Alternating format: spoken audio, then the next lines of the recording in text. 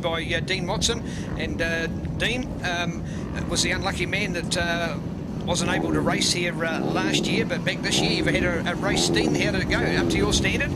Yeah, I can't really complain too much. I lacked a bit of sort of first race bike fitness, and still managed to come away with 15th, so I was happy with that. Scored a point and got one in the way in the bag for the season, and we'll move up from there.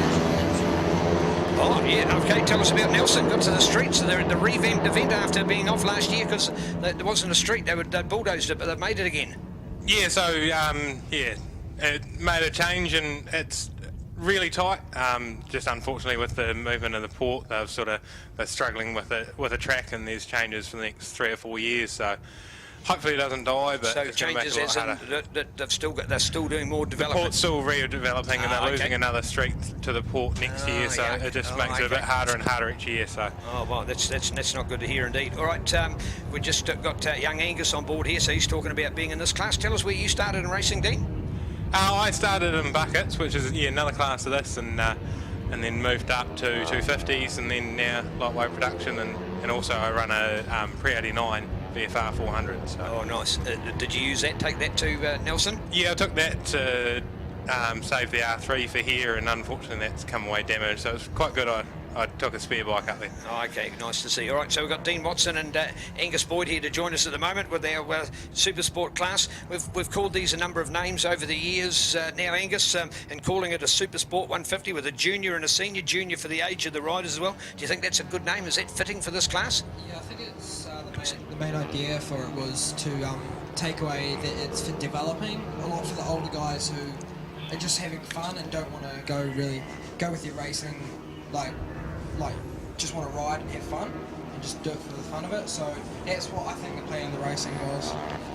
Great to see you. All right, Supersport 150, folks, and Angus telling us he's been on the 150 two-strokes, and it's his weapon of choice. When you see out here that they're competing against 250s, you'd think that's an unfair advantage, but in fact are they more the other way? Do you think a 150 is a better bike, Angus? Well, it's hard down the straight with the 150 against 250s, because the 250s obviously have the straight line speed, but the 150s are more light, and also not to kill them as fast and get out of it as fast. But yeah, it's definitely hard down the straight. You have to push hard to catch up to them. All right, so back to Dean, who's joining us here at the moment. Dean, racing here at Ruapuna. You've done a lot of racing here in the south. How good is this Mike Perra Motorsport Park circuit? Yeah, it's really good. It's getting a little bit bumpy now in some of the corners, and especially this wind that's making it a little bit tricky, but it's definitely a really top circuit, and one of the top ones in the country. Yeah, here indeed. All right, so we go to the levels next weekend, round number 2 of our New Zealand Superbike Road Racing Championship. Is that a circuit you enjoy? Yeah, it's probably one of my favourite circuits, definitely my favourite local circuit, and I generally go really well there, so coming off a bit of form from Southern Classic, so I'm looking to carry that through and get over the shoulder injury and push a bit harder there. All right, so we have a crasher there. I'm not quite sure who that was. Just lost the front coming out of the Fulton Hogan corner there. All right, so an opportunity. We've got a great opportunity to talk to riders who've already raced here today, folks, and we'll go back to as well, featuring Dean's going to have a look through the binoculars as we make sure we can get an update. We've got almost 40 riders in our field in total, folks, so there's still a lot going on. As we Cuddlestone down. Oh, really? Yeah. Oh, Luke, one of our better riders. We've also got somebody just over here as well. Sutcliffe down over here. So you'd say that wouldn't they be 2 out of the best 3 or 4 in the field, Angus? Both of those boys were quite up near the front, but obviously something happened. Wow, he's getting a bit excited about how we're going here today. So there we are at the moment, keen to pick up on our field here at the moment. We've got all of these groups of riders with our junior and senior. Noticing to see our junior, of course, and our younger guys. We've got a senior field of over 30 riders included in that group as well. So certainly there's a heap of talent in there. Each time we're looking at the moment, what do we got? Paul Graham. Is that Paul Graham who we've got up there? At the moment, it's Paul. So he was the 3rd fastest of our senior field. Have you come across Paul before, Angus? I've got a few games with him so far this year. Fun to battle. Good to see. All right, here at the moment with Dean as well on board. Dean, visualising yourself on a 150, visualising your own lap times, and there's some young kids in here and you've had a bit more experience. Where do you see yourself slotting into? Hard to know on a bucket. I haven't ridden a bucket around here in a few years, but on my 250 times it would be up near the top 1 or 2. of the times they're running at the moment are, you know, pretty good times. Although Green Cotton did a 54.9 in qualifying, that's a really top time for a 250. What about the fact that we've got Matthew Hugenbusen? Now we know Matt's been a former Formula 125 champion. Here he is running in 15th place. Does that give us an idea that Hugie racing bike's not quite fast enough, or does it give us an idea that Matt's out of form? Which way do you look at that? I would say that would be he's on a bucket against these faster, more powerful 152 strokes. So he loses a bit down the straight in speed, and this wind really wouldn't help him. A small horsepower bike really struggles here. So he's normally a front runner. I'm sure that time is quite a bit slower than what I would imagine he'd normally run. He's normally a top 5 runner in a class like this. When you have a look down through a field here at the moment of the senior riders, you've got names like Brent Cotton and Chris Sutcliffe, Paul Skinner in there, along with Phil Denovan. We're not exactly talking about 20-year-olds or anything like that. So why is it that it's still popular for people that are politely over 21 years of age? It's a cheap class, and you get always good battles, especially with the size of our class. There's always someone to battle with, so you always come off the track with a wee smile. And there is no real running costs apart from fuel for these bikes, so it's a perfect way to go out racing and not have to major stress with tyres and set up and that. You can. The tyres last a season almost, do they? Or? Yeah, probably even 2 seasons, I imagine. Wow, yeah, fantastic. All right, here with Angus at the moment. Angus, do you know your lap times around here, and so therefore bold enough to tell us where you would be lying in this race if you were out there on your bike that's home in the garage at the moment, keeping warm? If I was on this bike, I can do 56s, 57s, so probably near the front. Oh, okay, well done, well done. All right, so the bike's up for sale after the King of Ruapuna, so what's the retail on selling a bike? What would you be out to do? And if there's somebody else that's thinking about getting into racing and think, wow, I'd like to just start, maybe they can have a go. Would you bring it here on February the 11th for the Have a Go Day and somebody can come and have a ride?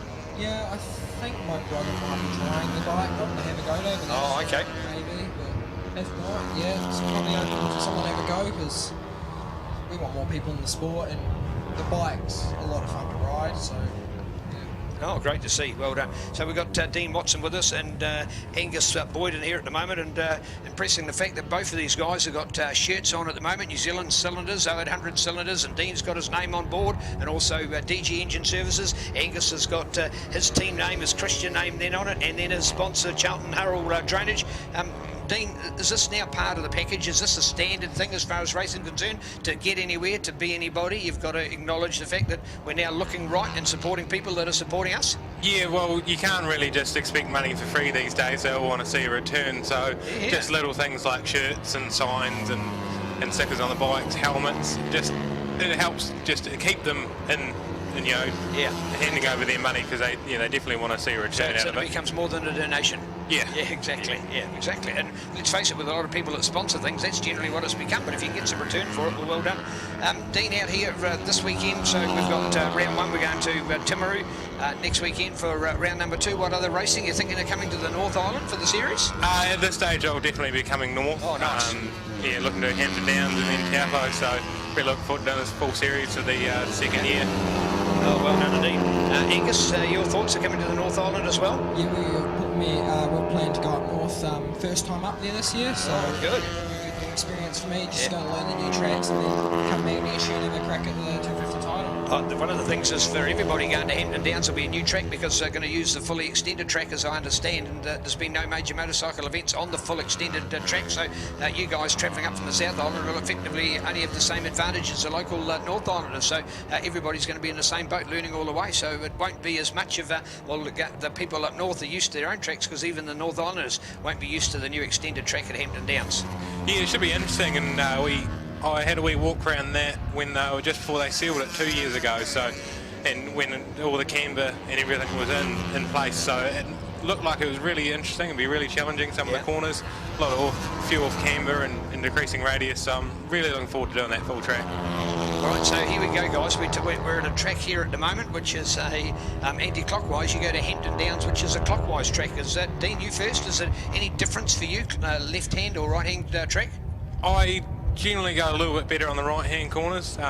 So it is a bit more of an advantage for me, and also it helps in tyre wear because we wear our left-hand side of the tyres out here heaps, so you get to wear a right-hand side of the tyre out for once. There we go, that's great, yeah, indeed. To go into Taupo, of course, then it changes back the other way, so that's quite an interesting factor, because before that we'd had Pukekohe, Hampton Downs and Manfield were all clockwise tracks. The South Islands are anti-clockwise track, and now we put the update of Taupo in, and it's anti-clock as well, so we've got quite a difference from learning it on a motorcycle point of view. Checkered flags going out there, guys. We haven't featured as much about the riders on the track, we've featured more about you two giving us an insight, and Dean and Angus, a big thank you for that on behalf of the team here today, Motorcycling Canterbury. They've got their Have a Go Day coming up here, Dean, in February. Tell us a bit about coming to a Have a Go Day. What can people expect, and what would be the reason that if anybody's interested in motorcycling, they should be here?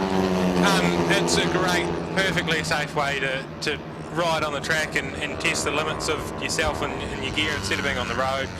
There's no one else coming the other way, so you can just focus on that, and there's nothing that you can take away from a Have a Go Day that won't make you a better rider on the track, so on the road. By the talk, they talk here about learn correct cornering techniques and lines to take. Is there actually somebody here that will do some tuition or coaching? Is that part of doing that? Quite a few races, will go out in the sessions and just follow a few riders and give them a few pointers and make sure everything's staying normal. The Hugenbosoms are great for that. They are always here on a Have a Go Day and out there riding around with the road riders. So great to see.